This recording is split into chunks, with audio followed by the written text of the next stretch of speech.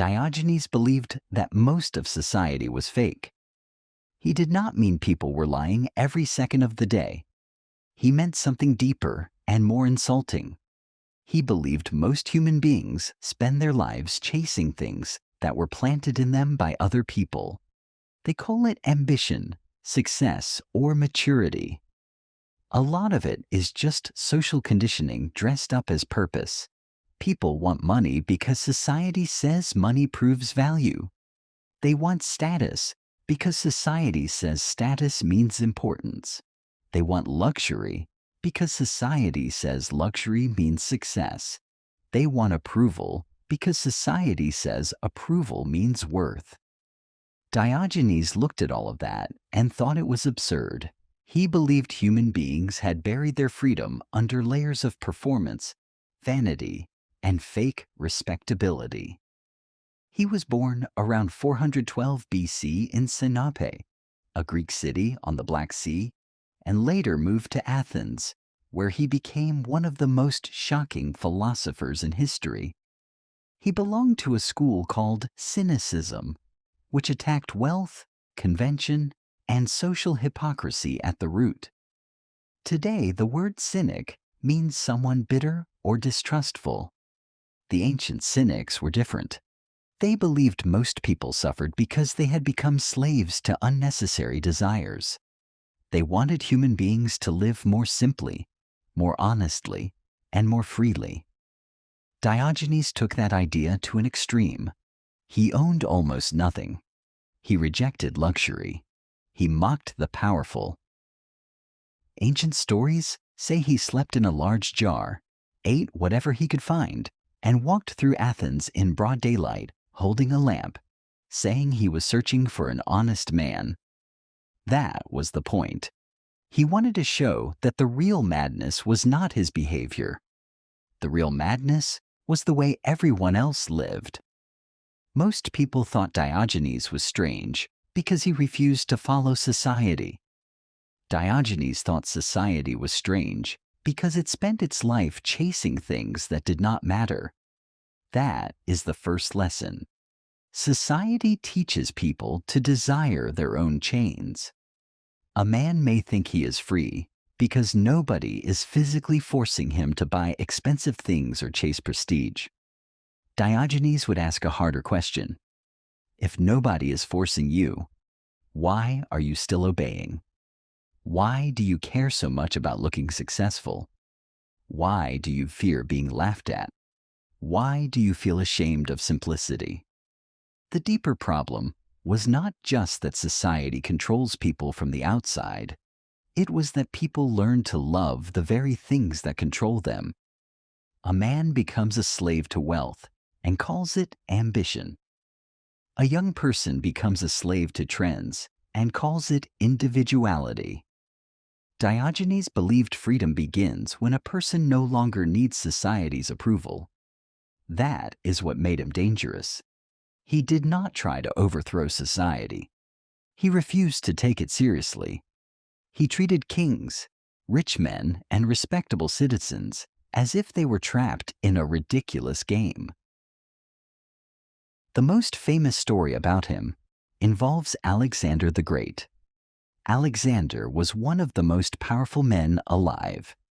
He visited Diogenes and asked if there was anything he could do for him. Diogenes, lying in the sun, replied that Alexander could move aside because he was blocking the light. Alexander had power, wealth, and glory. Diogenes wanted sunlight, and in that moment, Diogenes looked more free than the emperor. That is the second lesson. The person who needs the least is the hardest to control. If you need luxury, money controls you. If you need admiration, applause controls you. If you need status, shame controls you. Diogenes chose poverty not because poverty is good, but to prove that human beings can live with far less than they think. People become weak because they multiply their needs. The more things you believe you cannot live without, the easier you are to manipulate. A person with few needs is difficult to threaten. A person with endless needs is always vulnerable. That is why Diogenes hated luxury. Luxury does not just give pleasure, it trains dependence. Once a person gets used to it, simplicity starts to feel like humiliation. What was once unnecessary begins to feel like survival. Diogenes would have called that slavery with better packaging. Modern life has only made this worse. People live surrounded by images of ideal lives, perfect bodies, expensive vacations, polished careers, edited happiness. Everyone is performing. People no longer just live. They display that they are living. They do not just eat, they photograph the food. They do not just travel, they prove they traveled. They do not just exist, they manage an image.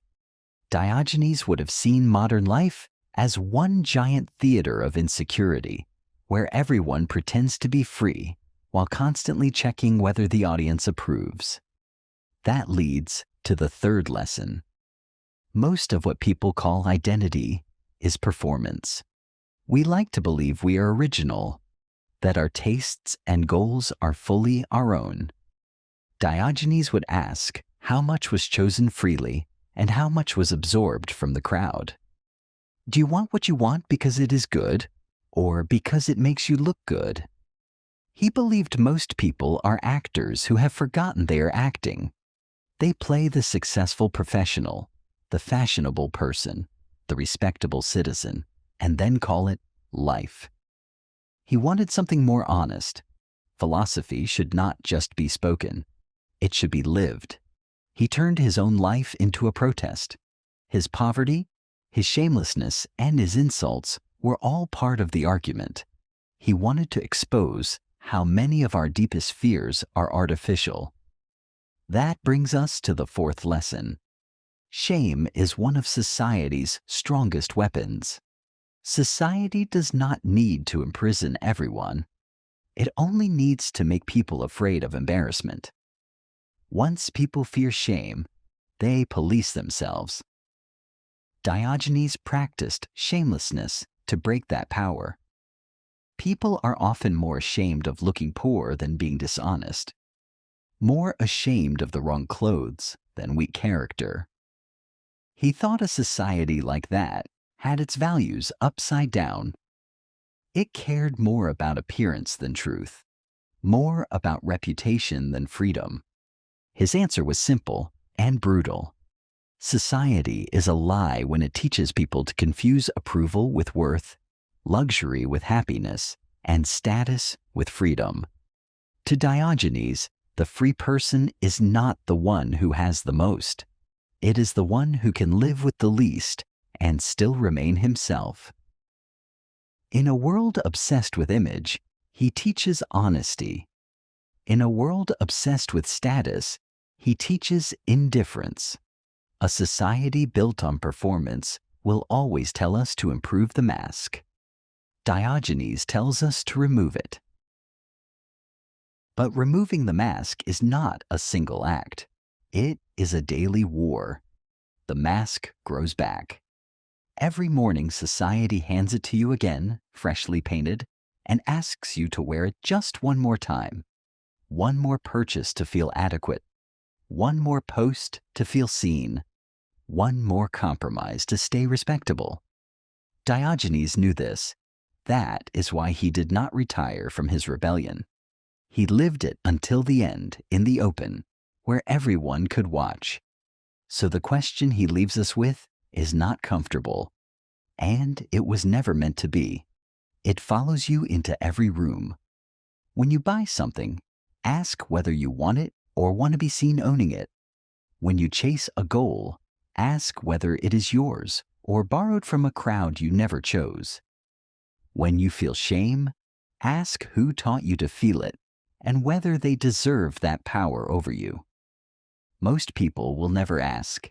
It is easier to keep performing. The applause feels like love, and the mask feels like a face.